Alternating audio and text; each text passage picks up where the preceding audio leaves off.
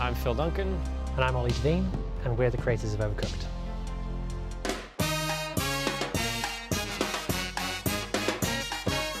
So Overcooked is a cooperative cooking game for 1 to 4 players. The cooking was actually something that came a little bit later. So originally we knew we wanted to make a cooperative game, and we knew we wanted to make a game that was more about coordination and communication, all the C's. There's this thing that we came up with that's called First to Fun, which is anytime you've played like a cooperative, I don't know, dungeon crawler or something, there's this tendency to have to sort of compete against the people that you're working with to either try and get to the next enemy so you can kill it or collect the loot before they do. And we said to ourselves, well, that's not really what we're interested in. We're interested more in a game that requires you to work together and requires you to talk, and actually being a team is a big part of that. And I think cooking, it just seemed like a really good analogy for the kind of experience that we wanted to create. I still remember the moment we kind of came up with this ridiculous backstory, because we've been going to so many conventions and we were so sleep deprived. Yeah. And I just remember being completely manic, and it just sort of came out as a flow of consciousness between us. It was just like, okay, so the game's going to open in the apocalypse, and there's going to be fireballs coming from the sky. And what else? There's a giant monster, meatball monster, climbing up the side of the Eldritch meatball monster. Yeah. And there's an onion king and his dog. What's the dog called? Kevin. Great, put it in. Yeah. Here we go. Go, yeah. The apocalypse. I think it's suitably ridiculous. I think that's kind of what we were going for, right, for this opening shot. Was just like, so many people, when they heard that it was a cooking game, would sort of get a face on them like, oh, I don't play kids games or something like that. Whereas when you open the apocalypse, it's kind of like, oh, maybe this isn't quite Cooking Mama. Maybe this is going to be something It has to not be like a simulation. The visual tone, some of it is kind of based on just our personal preference, the kind of games that we're drawn to, things that we've liked, you know, Mario games or just anything with just like nice, bold graphical styles. Yeah. But also because it's a 4-player game and because you have so much action going on, there was definitely things we had to do to make sure that it was as readable as possible. So that's why the tomatoes are so big, and that's why like the chopping is so exaggerated. It's so that you don't really need to concentrate too hard. You can see what everyone's up to and you can see what you're supposed to be doing. It's sort of a give and take between, you know, the aesthetic and the function.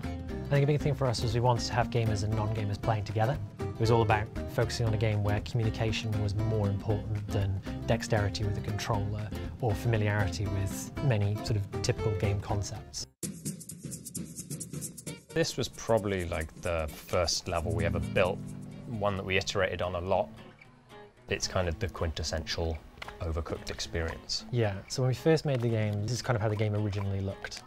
And this is our first piece of music as well. Our friends over at Good Kill Music made this for us. Beautiful bit of music. Yes. And the idea behind this one was this central divide here is kind of really important, because it teaches players that yes, you could take an onion and you can drag it all the way around like this and come over to the chopping board yourself. But you quickly realise that actually if you pass it over, it'll be much quicker for you. Yeah. Rather than in the first level where you're completely separated, in this level it's like, okay, we'll give you the option and hopefully you'll start to figure out that cooperation is actually better for you and you'll get higher scores. I mean, so much of the game is about that balance between fun and frustration, or excitement and frustration. You want players to kind of feel overloaded, but you don't want them to be so frustrated that they throw the control across the room and never come back to the game. You want them to actually fall out with each other, although I've heard that does happen occasionally with this game. It has been said.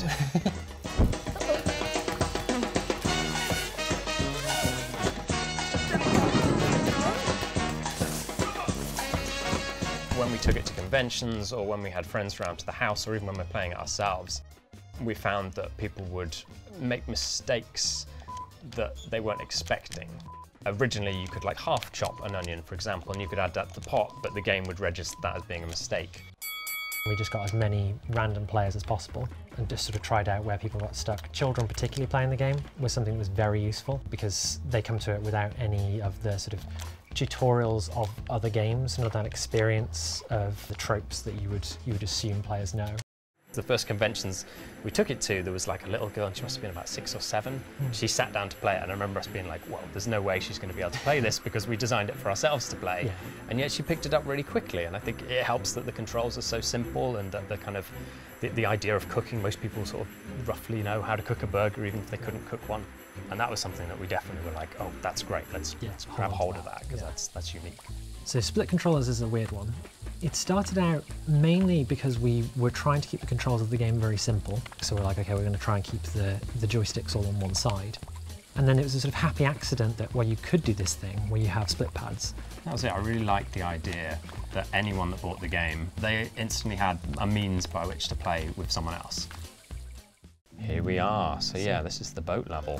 Yeah, so this is the first level we get out of the sort of city environment. Probably the largest task I think we had when we were making the game was about balancing between things being like ridiculously over the top and stressful, but also being fun or entertaining to play. Yeah. And I think this level kind of personifies that, because you've got all the restrictions. You know, you can't pick up a half vegetable, you can't add just hundreds and hundreds of items to a pot. But then you also have something which is disrupting you and is forcing you out of your comfort zone. Players initially would play much as they've been trained so far, picking up ingredients from these crates, passing them over to the left. Separate into separate tasks, don't they? And then this happens. And then this happens. So you get pushed out of position. So this is our first example of taking players and actually literally forcing them out of the area of, again, this is the first example of fire spreading through a level. Okay, right. Just because we can't play our own game. Real quickly. Okay. We'll sort that out.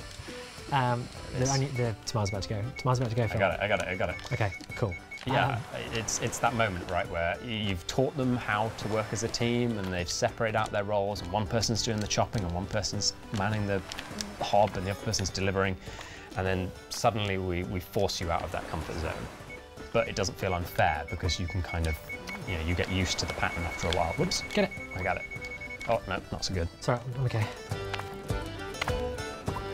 The mechanic kind of drove it, right? It was always just like, what's a way that we can get people to communicate, or a way that we can get them to cooperate, and what's the environment that fits that?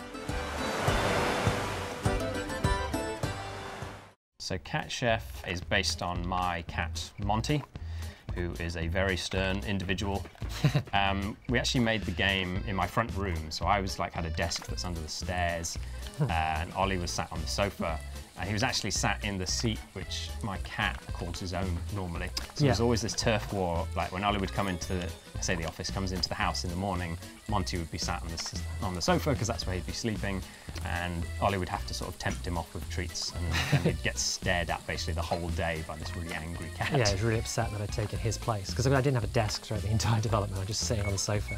So I feel like this is kind of a way to appease him by giving him a little cameo in the game, but I'm sure he wouldn't care one way or the other. He probably hates this game.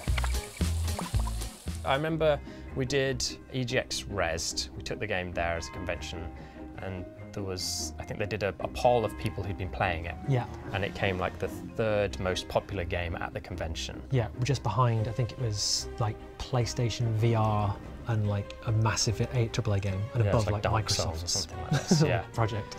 I was like, okay, that's kind of crazy. And that was all voted for by the people attending. Yeah. The first time we saw anyone YouTube it, that was like independent of us. That's crazy, yeah. That's amazing. Just to see someone play. I mean, I suppose the first moment you see anyone play the game and you're not standing next to them, there's this feeling of it going beyond your control.